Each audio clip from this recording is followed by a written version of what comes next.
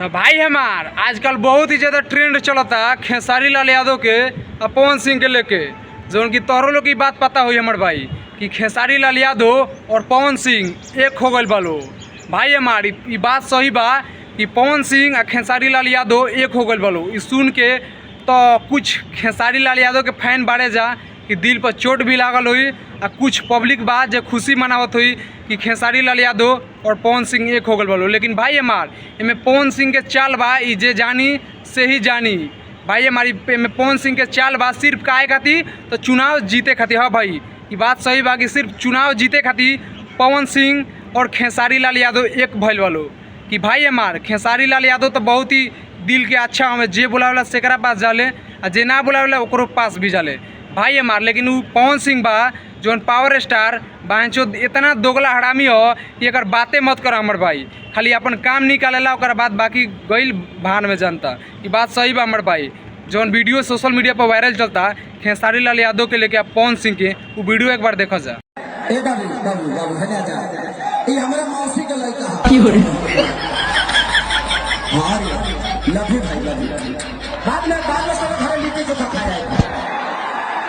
बाद में जाके मौसी से कही है कि कैची छप काट देवे के बाद आराम से आप लोग अगर ऊपर चढ़ेंगे ना तो व्यवस्था गड़बड़ हो जाएगी। तो भाई हमार ई रहा खेसारी लाल यादव के और पवन सिंह के वीडियो जो सोशल मीडिया पर काफ़ी तेजी से वायरल चलता है। भाई बात सही सुन जा, खेसारी लाल यादव के और पवन सिंह के ये वीडियो जो क्लिप बात सोशल मीडिया पर काफ़ी तेजी से वायरल चलता है कि खेसारी लाल यादव और पवन सिंह का एक हो गल पड़े। तो भाई हमार पवन सिंह सिर्फ और सिर्फ अपन चुनाव जीते खातिर ऐसा कारनामा कैले बड़े, खेसारी लाल यादव के बोले बड़े। हाँ हमार भाई, लेकिन जौन अकर और जौन घमंड पवन सिंह के पास बा वो अभी गैल नहीं के।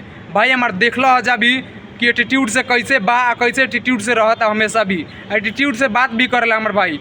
जौन खेसारी लाल यादव बाड़े भाई हमार दिल के बहुत ही अच्छा नेक बाड़े। खेसारी लाल यादव के फैन हम का पूरा दुनिया सही नहीं के हमार भाई है। एगो पावर स्टार भनुआ सिंह के इतिहास उठे जा और एगो ओकर फैन और फॉलोइंग देखिए जा कि कितना बा हमार भाई। यही खेसारी लाल यादव ब्रांड में ना गिनले। तो भाई हमार सोशल मीडिया पर जो वीडियो वायरल चलता खेसारी लाल यादव के पवन सिंह के लेके ये वीडियो तो सही बा, लेकिन बस सिर्फ और सिर्फ चुनाव जीतला बड़ खातिर बा, बाकी बात नहीं के। कैसे घमंड और जितना पावर में रहेला पवन सिंह उतना केहू के लगे घमंड ना रहेला हमार भाई। तो भाई हमार वीडियो के ज़्यादा से ज़्यादा शेयर करियो और चैनल बनाया चैनल सब्सक्राइब करियो।